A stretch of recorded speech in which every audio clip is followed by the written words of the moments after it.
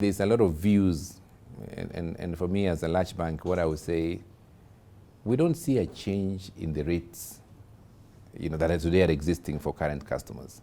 So I also want to just remove this view that banks are reckless, that tomorrow, let's assume that the cap was removed today, the banks are going to price 20% on their interest rates. I want to say that this is not something that will happen in our industry.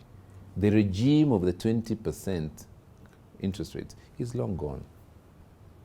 The environment, the macroeconomic environment, the business environment where we are today does not at all support an element where those rates can be applied. So we are in what I call a new equilibrium. If you look at the business environment today, banks have reached a new business model. So if I'm able to lend to a current customer at 13%, I've accepted his risk profile. So the whole industry, and like us KCB, that will not change the next day. So the fear that there's a massive repricing the next day, banks are waiting to just go in and disrupt and rupture the market, is actually not true. There are new customers who are not borrowing today because banks said you're a high risk. So maybe it's a micro enterprise, maybe it's a customer with a poor credit score.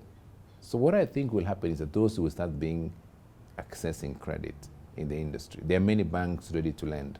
So those ones you may see a 2-3% increase. Correct? But in my view, what is important is that we are not going to see a massive change. And I really want to say that for me, as a leader in the industry, we don't see an opportunity to go back to the old behavior